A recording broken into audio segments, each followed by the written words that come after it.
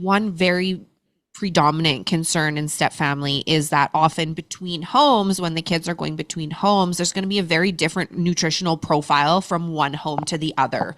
9 times out of 10 households between like co-parenting households, we're not feeding our kids the same things. Even if we fundamentally believe the same things, we have a different menu at the different house, right?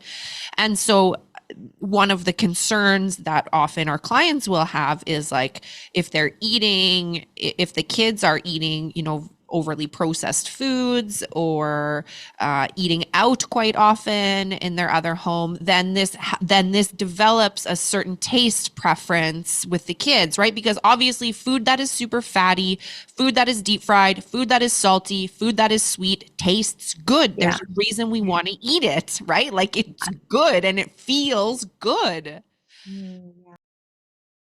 For most of us, belonging to a step family was never part of the plan. We never planned to get divorced, never planned to fall in love with somebody who already had kids and an ex-spouse who's not going anywhere. But here we are, trying our best to solve the blended family puzzle. I'm Brittany Lynch, and for the last 15 years, I've been working with the human body, mind, and spirit. As a certified step family counselor, mental health nurse, and having been a stepmom myself for the last decade, I've learned that happy step families are built by healthy people.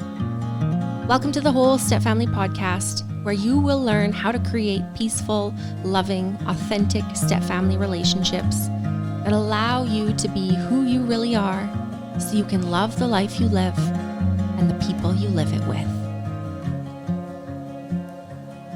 As we wait on the timing, together we find it. There's more than one way to go home.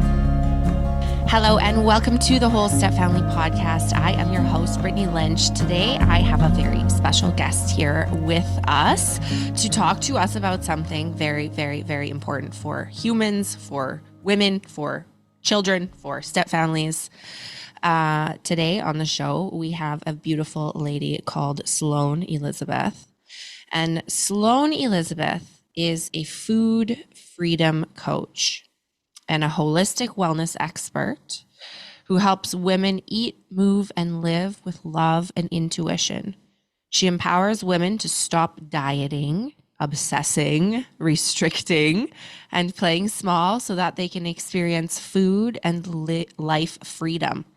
She uses a unique and powerful combination of science and spirituality to help her clients heal and live their dream lives. Sloane is also a published author and has been featured on Food Network, my fava, The Doctors, Shape, Betches, and Authority magazine. Sloane, thank you so much for being on the show today. I'm so excited to have a conversation with you. Oh my goodness. Thank you, Brittany. This is going to be so epic. I'm so excited to dig in. So thank you for having me. Yes. Okay. Also Food Network. I'm like first of all, I never watch TV, but if I do, it's only Food Network. It's like the thing I binge. I love it. It's my favorite. I don't know how they've made their shows so emotionally rich and rewarding, but I just love the Food Network. Same. It's the best. For me, it's either Food Network or Shark Tank, and that's it. Shark Tank. Right. Good one. Yeah. Well, ironically, the Food Network is going to be what segues me into some questions later. But before I get into all of my questions, Sloane, I know I gave everybody your bio, but I imagine there's a story behind the bio. For sure. So why don't you let us know about like who you are and what led you to this path of empowering women to develop a healthier relationship with themselves and their intuition and their food and so on. Yes. Okay. So to make a long story short, of course, I grew up in Los Angeles. So I'm a West Coaster originally. And I, was surrounded by health and wellness from a very young age, just because of the, Hollywood industry, LA, fitness, all the things. But it wasn't really until I was about 17, so going into my senior year of high school, that I started developing any sort of discomfort in my body, any type of body insecurity. Like I grew up feeling good, confident, balanced, all the things.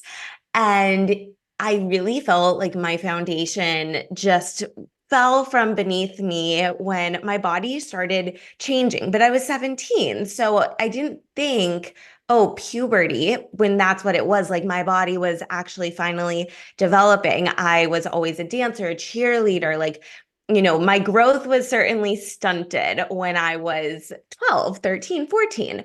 So my body changes. I'm like, well, something is wrong. I'm doing something wrong because we're taught that your body changes when you're 13 and then that's it. And I was like, well, my body didn't change when I was 13. So I guess I'm the lucky one. And right, I just thought I would look like a prepubescent boy for the rest of my life. And that's certainly not what happens. So I was always very like math, science focused. My mom thought I would become a doctor, but I didn't know what I wanted to do, but I was definitely like science minded and numbers. So here I am feeling like my body's changed, something's wrong. So I figure, okay, I'm going to solve this with math and science, aka calorie counting, which is not the way to do it. But I really thought I was being the smartest. I really thought I was. This led me to quote, clean eating, 80-20, protein this, no carb that, like all of the fads, all of them at the same time. So overwhelming. Felt like my life was run by food, completely not tapped into my body, just focusing on these rules and the numbers. And yeah, really feeling like food controlled my life. So then I graduated from high school, went to college, and it continued and it persevered there. But I had a lot of self-awareness, and I realized that either I could keep going like this and I was going to develop a full-on eating disorder in college, or I could heal and actually have the best time because I loved the school that I was at. I remember my cousins telling me, oh, like college is, the best 4 years thus far of your life. And I was already feeling that, but I realized I couldn't live a full life if I was struggling like this with food. So I was like, okay, line in the sand. I'm going to heal. This is not okay. I went the science route, right? Because I was like, let me bust these food fears. Let me figure out the truth behind all of this, which was helpful for sure. Like I was pre-med, learning the truth about the biology, the biochemistry, nutrition, certainly helpful. But learning the knowledge doesn't always do too much for the anxiety we feel, for the gripping onto control, right? For the comparison that lingered. So it wasn't until I finally picked up like my first quote self-development book, and it was a Gabby Bernstein book, that I like the flip freaking switched. And I realized that I have always been a very spiritual person, just wasn't really taught how to be, like didn't have the language for it. I learned about the universe. I learned about my higher self. I learned about subconscious mind. I learned about manifestation. And I realized that my food stuff had literally zero to do with food and everything to do with subconscious roots around control, perfectionism, abandonment wounds. And that was it. I was like, this is my healing. So eventually I healed my relationship with food, but it wasn't just through nutrition. It wasn't just through the 10 steps of intuitive eating. It was really by unlocking, rewiring the subconscious roots that had literally nothing to do with food, and then combining it with my love for nutritional science, my love for holistic wellness, figuring out how to use my intuition, like my third eye chakra intuition, to make food decisions as well as other decisions.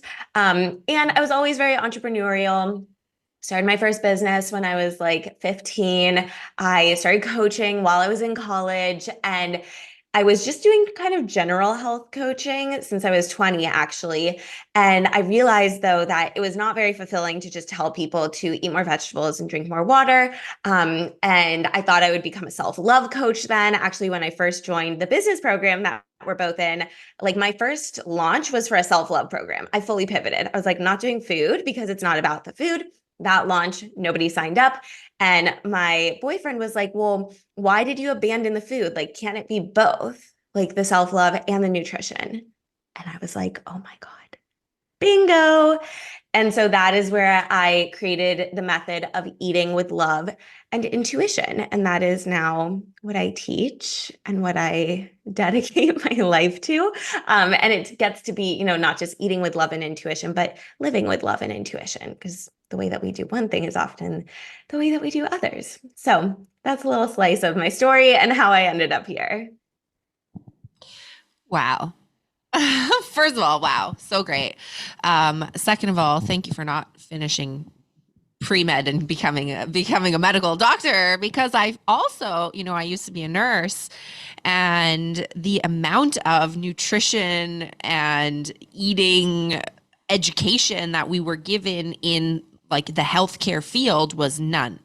And there were Zero. many physicians that I would work with, right, who would say the same thing. We don't learn to teach people how to eat. We learn how to treat people once they have become unwell because of what they've put in their bodies. So, I mean, this is not a diss on doctors, obviously. No, there's a lot that's backwards, you can say. Yeah, for sure. And I wonder if that I'm having a moment right now. I'm having like a breakthrough moment for myself right now, because even though I myself, in the work that I do with people in step families, the thing that I'm known for is that we provide like body, mind, and spirit wellness in the ways that we help people blend into their step families and develop a healthy, happy relationship with themselves. But what I maybe never put together, okay, was the way that body and spirit through food would tie together, the way that body and mind through food would tie together. And that is very curious to me, and I'm very excited to talk more about it. So go ahead, because your eyes are lit up. So say what's happening. Okay. So I have a really good example that I think you will really love, that is one way to kind of blend it all together. And it's through the chakras, actually. So because I'm a Reiki practitioner as well, and I've always just been really interested in energy healing and chakras. So root chakra, right? Safety. Bottom of Maslow's hierarchy of needs, root, safety, shelter, water, food. So if you grew up feeling unsafe, or let's just say that you're an adult in a step family and you don't feel safe, you don't really feel welcome, your root chakra is perhaps super duper tight. I often get a visual of the root chakra being like a snail that's like in the shell that really doesn't want to come out into the light. So when you don't feel safe in your environment, then you might not feel safe in your body. If you're not feeling safe in your body and you have this energetic disruption going on as well, you might turn to food for emotional comfort, because food is safety. Shelter is safety in that yeah, right. So this is a good way to see how it is the spirit, it is the energy, it is also the food, it's also the mindset. So if someone comes to me and says, I'm emotionally eating, like I'm stressed at work, so I come home and eat, how do I stop? I'm like, all right, I could just give you 10 tips and tricks to stop stress eating, right? To take a deep breath, to go for a walk. But that is bullshit. And it's just not helpful, right? I want to understand, well, why is that thing at work stressing you out? Like, how can we build the resiliency? How can we expand your capacity to hold that discomfort of stress? But if you have a stressed out nervous system, if you have a stressed out energetic system, then that one thing at work triggers you. And now you're elbows deep in the bowl of ice cream, plus you don't feel safe at home, plus this and that. It's all super interconnected, especially with like the lower three chakras, the root, as well as the sacral. Like, sacral, it's like our womb space, it's pleasure, it is creation. So a lot of times I see women either using food as like their sole source of pleasure, or not allowing themselves to have pleasure with food, and it has to just be functional, right? And then they're also not really allowing themselves to play with their hobbies, not in the receivership of feminine energy, right? Maybe that has to play into their intimacy as well. This is all sacral chakra. So we can see how it's super duper deep, and this is what I love. Yeah. This is so cool. I am totally geeking out and minorly starting to fangirl. I'm not gonna lie. This is the best thing ever. And I'm so stoked. I'm so stoked. Okay, I'm so excited. Okay, so I'm gonna back up. I'm gonna back up Yes. and summarize in case anyone who's listening is like not familiar with the chakras and what we're talking about right now. Or maybe do you want to do it or do you want me to do it? Let's just back up. Go for it. If you've never heard, if you're a listener, if you're listening and you've never heard of the chakras or energetic systems, that we're talking about, fundamentally at the core of what we are discussing is that in the same way that we have a digestive system in our body that would take in food and process that food and then distribute that food to usable parts in our bodies, we also have an energetic system. And one of the systems, like how digestive systems are part of your organ systems, one of the energetic systems that we have is your chakra system. And this is what you would see anywhere that you went into like a yoga class or a like spiritual what are those like a metaphysical store, like a crystal store, or anywhere you go that there's hippies. You always see these things with this person sitting meditating, and it's like the purple and the blue and the line of colors down with the red at the bottom, right? And the person sitting. So the theory of the science of the chakra system, the energetic system, is that each of these places in your body is responsible for essentially and corresponding to an organ system if we look at it underneath it all. So our root chakra, as Sloane was just talking about, our root chakra is connected to like our elimination, right? And going to the bathroom. And then our sacral chakra, our second one up, is related to our reproductive system. Okay, so there are corresponding energetic systems that correspond. I'm going to use the same word to define the word. There are energetic systems that correspond to our physical body systems. So if you are not familiar with the chakra system specifically, know that there are links between these energetic systems and our physical systems as well. So this explanation of how the energetic system is playing into our physical experience is a way of kind of going deeper into understanding what might be happening if you're having certain sorts of symptoms that you're noticing in your life. So like Sloane had said, if you're not feeling safe, right? If you don't feel safe at home, if you don't feel stable at home, this has to do, like she said, with our root chakra, with how grounded we feel, with how supported we feel. That's at the base, right? That's where we sit. That's what's held there.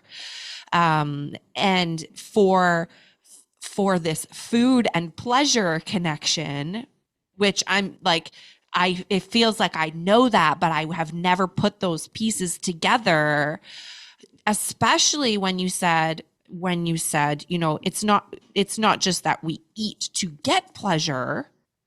it's also that we won't eat foods that will give us pleasure because we will restrict ourselves from experiencing pleasure. Now, that is a moment for me, because how often as women do we punish ourselves with food? And how often as women do we reward ourselves with food? Yeah.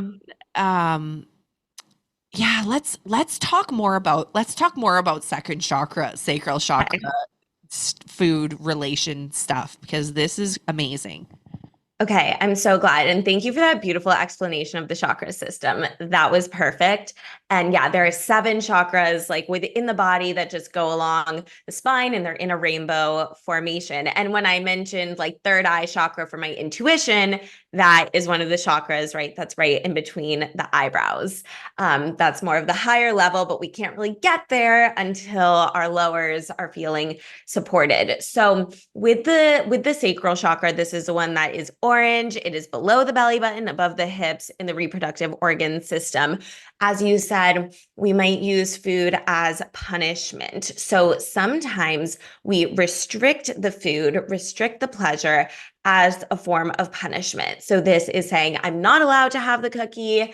I've been so bad. I can only eat salads tomorrow, or I have to go to the gym and go extra hard out of punishment. But I also see people binge eating and going on the other extreme as a form of punishment. Because when you binge and you feel sick, that is often self-sabotage. So this gets us into a fear of success more than a fear of failure oftentimes. So let's say that you're having a really good week. You are eating with love and intuition. You're eating when you're hungry, stopping when you're full. And that feels bizarre. You're like, this cannot be right, right? And a lot of times it's subconscious. So you're not maybe having these thoughts, but the idea of actually being successful in your health, the idea of actually having the pleasure and the discipline and, radiant health and feeling normal, and then, you get to have so much other success in life. If your health is successful, that might feel unsafe, or you might feel not worthy of that success, or you might not be used to success. You were taught that you are not a successful person. So your subconscious mind controls 95% of your reality. What's going to happen? You're going to end up binge eating to sabotage and mess up, in quotes, right? That quote, good week, and punish yourself by feeling now way too full. So there's that. And then with the overeating as a form of pleasure, right? It's like, I had a bad day. Nothing is really lighting me up. My job isn't lighting me up. Maybe my family life is challenging as well. I'm finding comfort in this food because I've felt the lack of pleasure throughout my day. And it is also like a brain thing, right? Like the dopamine is released. Sugar does do something to our brains. We are smart creatures. Like, you want the sugar because it's going to make you happier than having something that's bland, right? Like, that is a biological, chemical situation as well. So there's a lot of options here, right? I'm giving a lot of options, like it could be this or it could be that. And this is also why I developed this system of healing, because it's not just about 10 principles of intuitive eating. It's not a one size fits all. It's, let's identify which subconscious block or blocks are present for you. Is it that you feel like you don't deserve the pleasure, that your pleasure isn't important, that you're not worthy? Or is it that you don't have the capacity to hold success, or you don't have the capacity to hold the stress, right? It has nothing to do with food. The food is the byproduct. What we see on the 3D surface of how you're interacting with food comes way later. So a lot of people focus on, though, the food and what they're doing. That's the tip of the iceberg. We've ignored the entire underneath portion, which are the subconscious roots. So we want to first identify that, and hopefully by, listening to this and hearing some options, maybe some light bulbs are going off, like, ooh, that one resonates with me.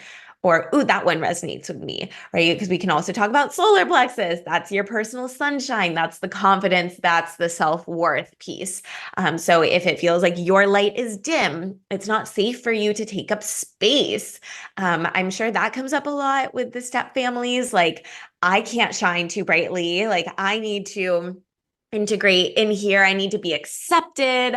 I need to be seen, but so I can't shine too brightly. I need to dim myself, hide myself. This is also an interesting connection. And then I want to hear your thoughts with sometimes weight gain and an inability to release weight in a loving way. That extra layer can act as a form of protection. So either to hide like the true you, like I don't feel safe to be seen. I don't actually want attention. So I need this extra layer of padding. I also posted this video on TikTok a while ago about like being catcalled and receiving like more sexual attention from being smaller. And tons of women responded being like, oh my God, yes, like sexual trauma, abuse, like have gained weight to protect myself from being someone that is seen as traditionally beautiful. And that is, that's kind of a combination of solar and sacral and root. So my point here is like, we need to identify what your subconscious roots are if you're noticing any of these habits with food that don't feel supportive and don't feel aligned to you. Because the habits don't just come randomly out of nowhere. Like, those are the results. Let's start with what is causing that effect. This is so good. I'm loving every second of this. So I have a bunch of thoughts coming to mind, and it's going to be really hard for me to choose a path because I want to talk about all of them, but I think that I'll go this way. Perfect. So if you are listening to this show, if you've been listening to us for any length of time, if you're one of our clients, if you follow us, if you've heard me speak before, then there's a very good chance that you know that I will talk about like the symptoms of what you are experiencing, right? So in step family, when we have discord or disconnection in our step family relationships, one of the symptoms that might bring somebody to us as a client, a symptom you might be experiencing is, oh, my stepkids are being disrespectful. And that would be a symptom that would bring you to us. And then we would help you figure out, what is at the root of that disrespect. And more specifically, and more importantly, why are you perceiving this as disrespect? And what is causing you to take offense from this, right? So this is why people come to us after everything else that they've tried, it doesn't work, because we get into the root of what is actually happening. And that is what is happening with Sloane. Sloane is saying, hey, guys, actually, we can measure. And I've been through this. I've weighed my food to the gram. I have been there, right? I have been there. And I had a very unhealthy relationship with food for a very long period of time. And it's only been in the last few years, actually, that I can look at something and not immediately know the calorie count in my mind and not immediately know what the macros are in my mind. I had everything memorized. It was very obsessive and very unhealthy. And so my control of my food and my restriction of my food was a really accurate representation of like where I was at mentally, psychologically, spiritually, emotionally at the time when that was all happening. Now, what I want to dig into here is like how early on that these symptoms will start. The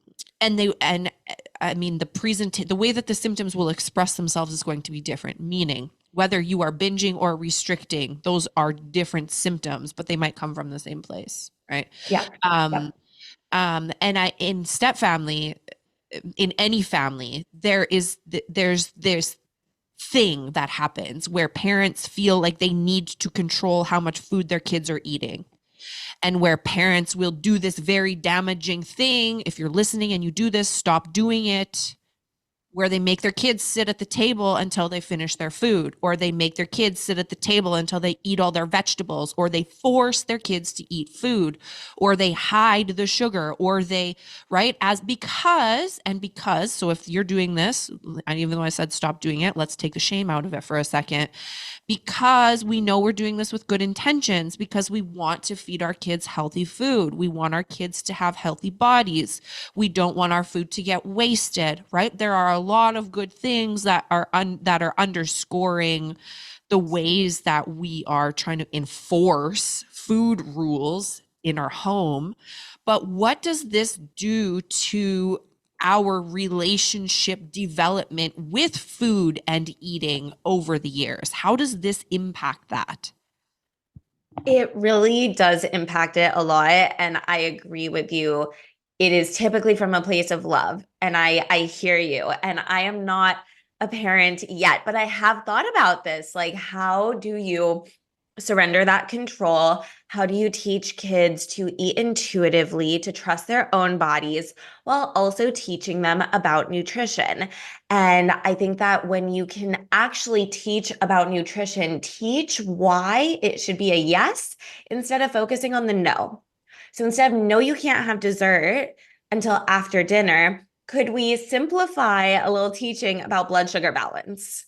Right? So let's say yes to the dinner. Let's say yes to some of the greens. Let's say yes to the chicken, because then we're going to say yes to energy. And then when we get to say yes to dessert after, we're going to feel so good. But you know how sometimes when you have dessert first and then you have a tummy ache, right? That doesn't really feel good. Could we say yes to a happy tummy today? Focus on the yes. Focus on why you're saying yes instead of saying, no, you can't leave the table. No, you can't leave until you've eaten all your vegetables. No, you can't leave until you finish your plate. Okay, why? I feel like kids want to learn why. And that's something that I just see a lot on social media now, just with like all health systems, especially let's say like women's reproductive systems. Like, why were we not taught these things? Like, we actually wanted to know, right? We didn't just want to be told to go on birth control. Can we know more, right? So if you are telling your child to always finish their plate, now they are learning to trust the portion on the plate above prioritizing their personal fullness cues. So could it be, tell me how you're feeling. Are you feeling full? Tell me how your tummy feels right now. Like, can we have a discussion about it instead of just saying you finish what you're given and that's it? Right.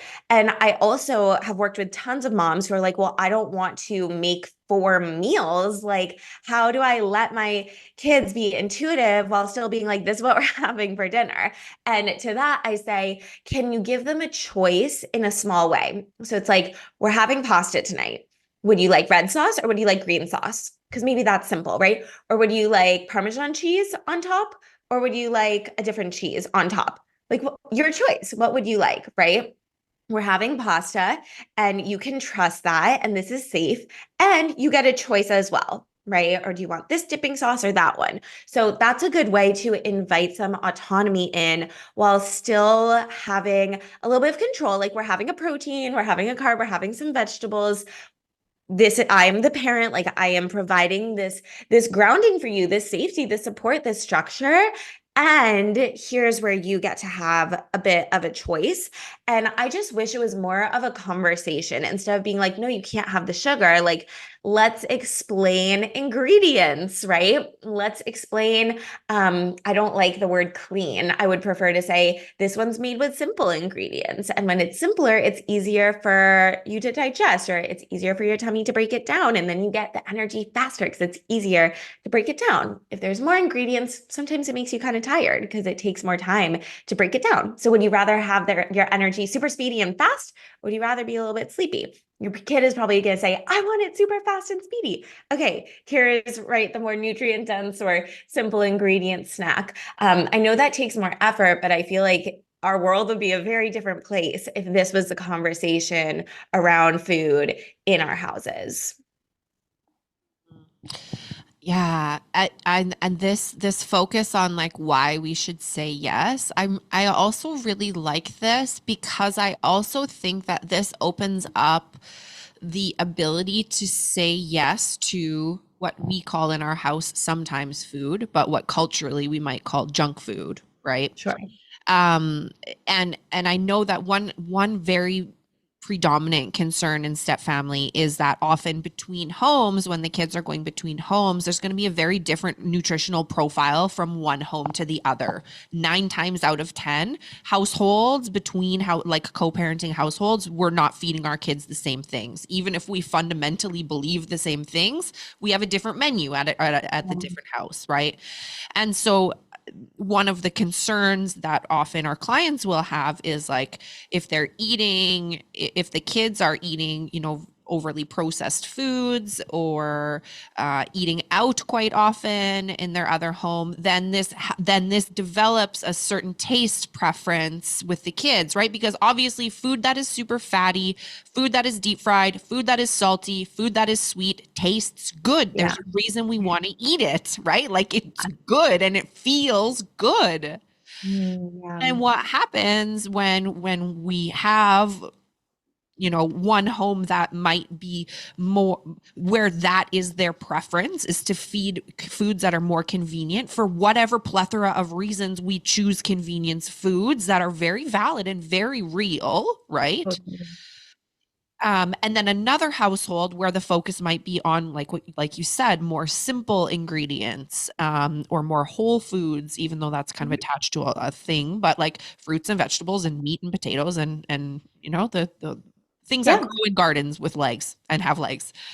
Um, so I really like this. I really like this reframe of saying like, this is why we need to focus on the yes. Like we can, because it is still okay to eat at the drive-through sometimes, right? Yeah.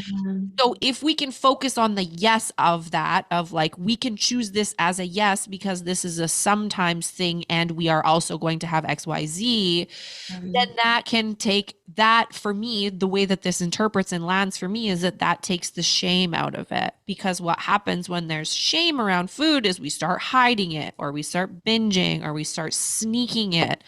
And I've talked to very many step parents who have had to do things like put locks on their pantry or like stash their food, right? So, but that all that does is creates more desire Yes. for that food, and there's no education on it. It just becomes this weird kind of control thing, which again, we're trying to do because we have everybody's best interest at heart. So, Um, what's coming up for you here? Let's go into this briefly.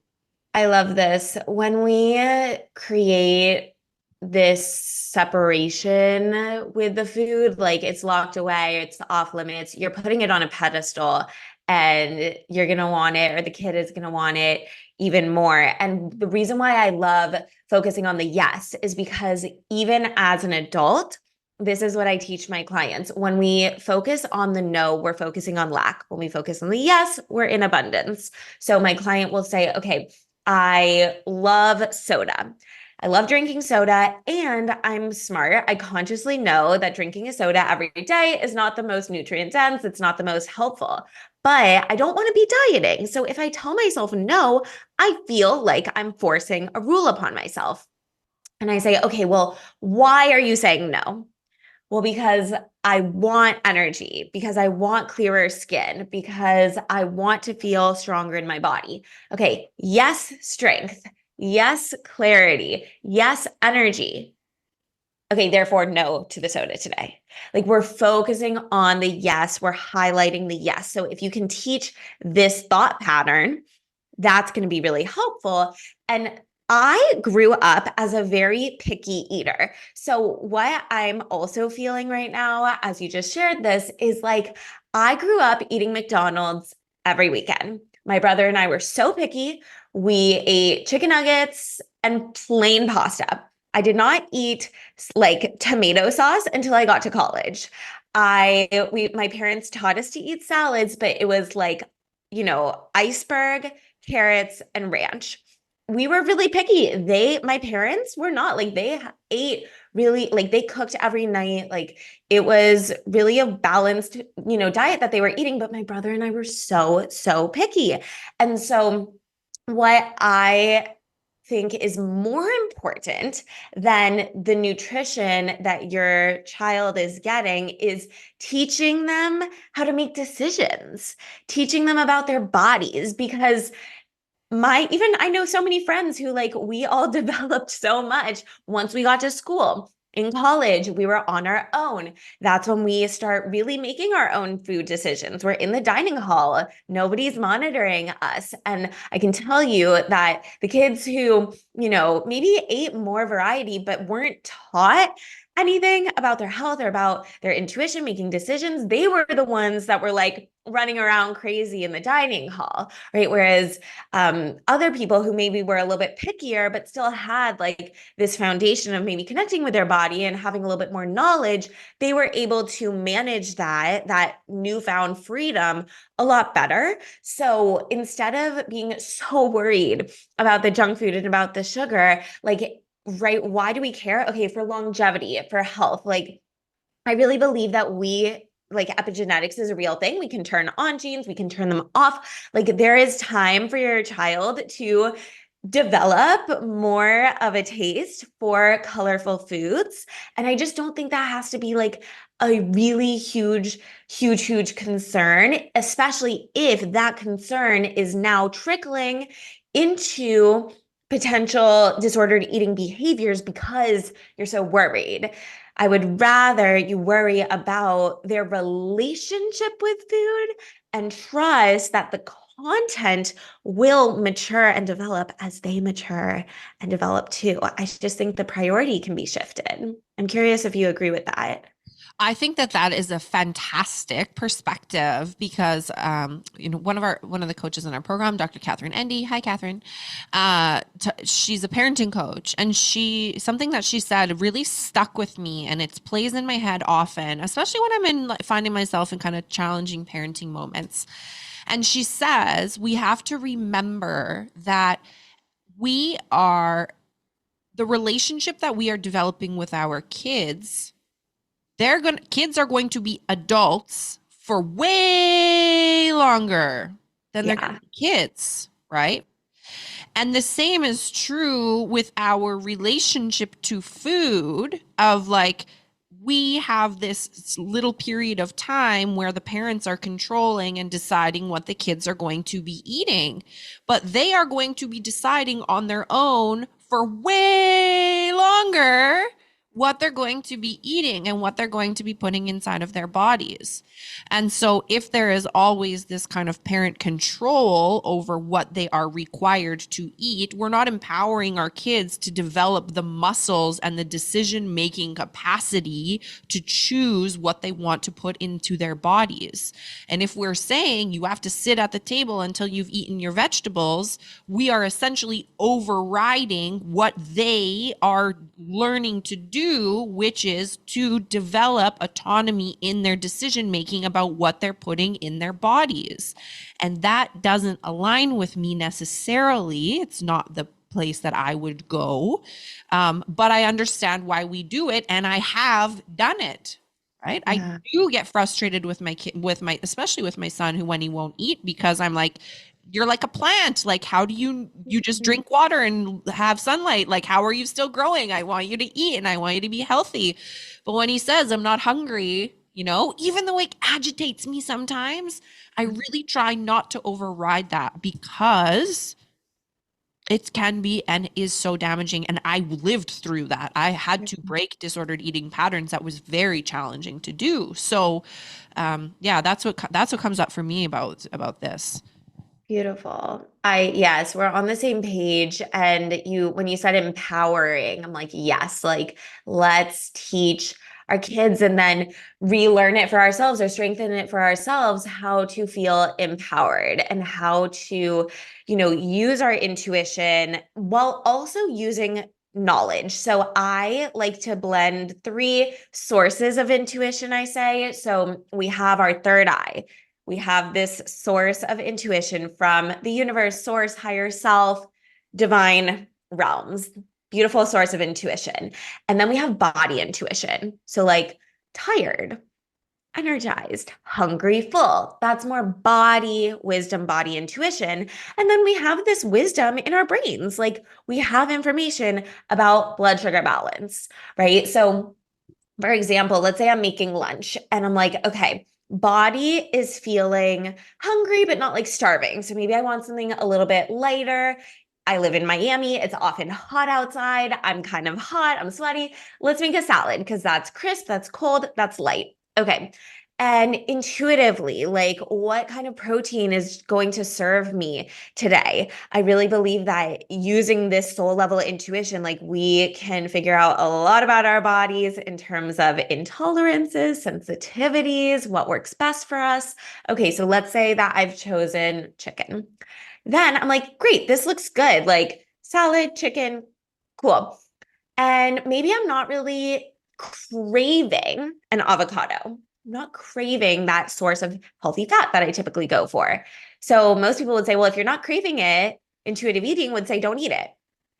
But I logically know that if I do not have personally, like my body loves fats, like a drizzle of olive oil is not enough. I need seeds, nuts, avocado, olives. Like that is what I need. I know this for a fact. So even though I'm not craving an avocado, it doesn't sound bad. It doesn't sound gross. Okay, I'm going to add that half of an avocado. That came from my logical brain. So that's how I like to blend those sources of intuition.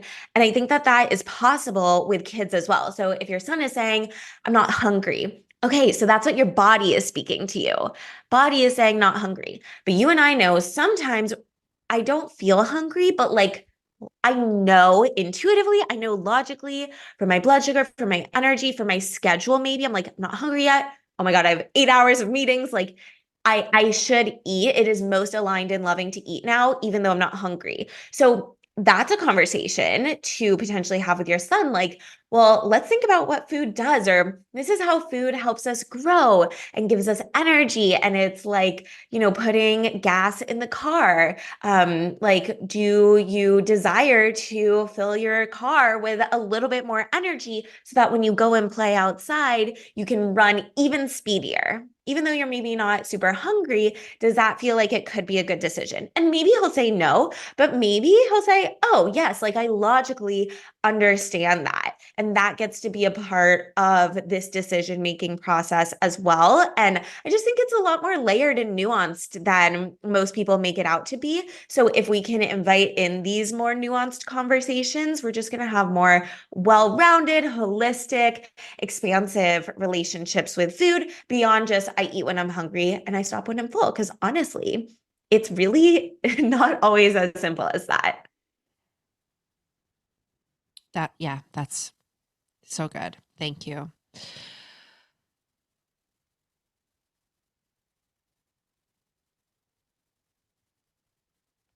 I think like, the very last thing that's I think we maybe we'll talk about before we wind down, is just this pressure that we can feel to get this right, and I think that there can be a lot of social prescriptions and there can be a lot of social judgments, and really, and I'm going to say especially because this is me, but especially as the women of the household, right? The moms and the stepmoms in the household, it's like the diet choices reflect on us, or we make it reflect on us, right? Like we make food choices mean something about the kinds of parents that we are. And we say, if I feed my kids only fruits and vegetables and whole foods, then I'm a good parent. And if I feed my kids only McDonald's and chicken nuggets and plain pasta, then I'm a bad parent. And I'm sure, I know we could talk about this for millions of hours, and I don't mean to open Pandora's box and then and then end the interview, but I want to hear what you have to say about, how we can be maybe more gentle and compassionate and understanding with ourselves and our friends and the other women who we are raising kids and building homes alongside of, to create more of a just like a nurturing, wholesome space when it comes to feeding yourself and feeding your family. Yeah. I always just lead with intention, and that's why I really don't label foods as good or bad. I always use the example of my grandfather who lived till he was like 95. And so he, of course, was on a bunch of different medications just to keep him going, right, in his older age. And for one of these, it was like a blood clotting medication. And so it was not safe for him to eat really dark, leafy green vegetables. No broccoli, right? No dark greens. So for most of us, we would say, well, broccoli is a quote, good food. Broccoli is a healthy food. For my grandfather, broccoli was unhealthy. That would not support his health. So, right, saying McDonald's is labeled as unhealthy. Well, what is the intention, right? As I said, I ate McDonald's every weekend for a while growing up because my mom would drive us to go pick up our babysitter. Our babysitter was like 15, like she didn't drive, right? And so my mom would go and pick her up with us and she lived right next to a drive-through McDonald's. So we would go. That served my mom because my mom was going out to dinner. That's why the babysitter was coming over. So that was convenient for her. It was so fun for us. It was once a week. It was yummy. We were fed. The babysitter didn't have to cook for us. Win, win, win all around. Like that was healthy for my family to have that ritual. Right. So, what is the intention? And when you are like, oh my God, I have to like meal prep all of these healthy snacks and I have to have every single thing like homemade for my kids' lunchbox. But now I'm so stressed. So now I'm snapping at my kids, snapping at my partner because I had to go through the hours of meal prep. Is that really the healthiest for your family? Maybe not. So, what is the intention? And that has to be what matters. And if you feel the social pressure, I know that it's there. And this is where I feel like we can just take more radical responsibility for our own boundaries. If you feel like, oh, people are judging me, they're going to think I'm a bad mom. You're worried because you are already judging yourself and thinking that you're a bad mom. And our relationships are just mirrors. So work on that relationship first. Work on the own self-judgment. When you're judging yourself, it gives other people a permission slip to judge you because we set the precedent, we set the tone. Yep, we, open that door, right? We set the precedent. So if you're like, oh my God, she's so clearly judging me, well, have you kept that door of judgment open? Because if you decide judgment about my food choices, judgment about how I feed my family is simply not allowed. Like that is like, I have this energetic bubble. I love using white light bubbles. Like that is simply not allowed inside my bubble. You're not going to receive it. If someone is judging you, you're not even going to feel it. But that also helps to quiet the noise, right? Whether they know it subconsciously or not, right? They're going to feel that. So I would say it's about the intention. You're doing the best with what you can. You're doing the best that you can with what you have, right? And if you are worried about that pressure, look at the pressure you're putting on yourself first, because everything else is really just a mirror. You're amazing. You're amazing. This was so fun. This was so good. We love Sloane, don't we, listeners? Everyone, where's the little clapping sound? Where's my soundboard? Yay! I have one somewhere, but I don't know which one it is. Like it probably give you crickets, and I wouldn't mean to do that.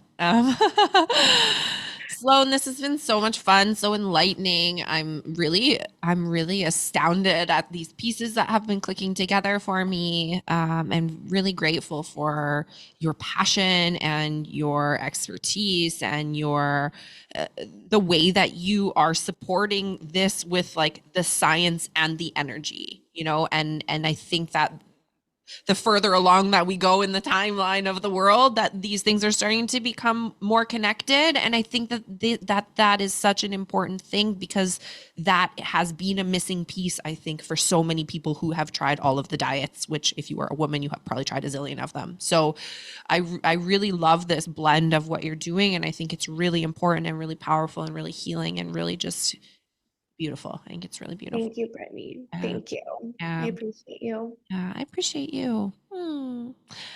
If our listeners want to know more about what it is that you do or get in touch with you or follow you on social media, where is the best place for us to be able to find you? The best place is Instagram, and my handle is Sloane Elizabeth.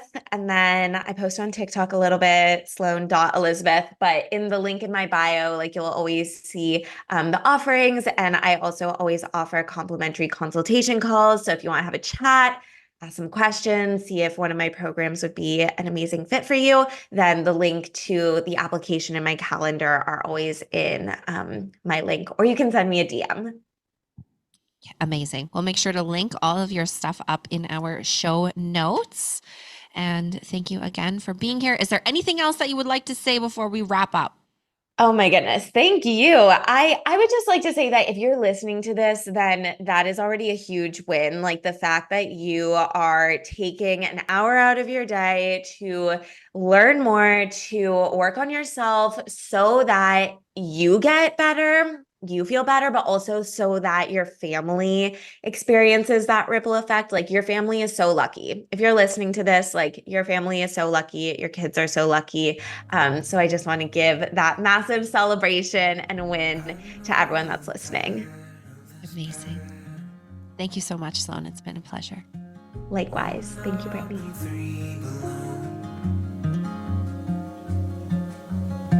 When you're chasing after what matters.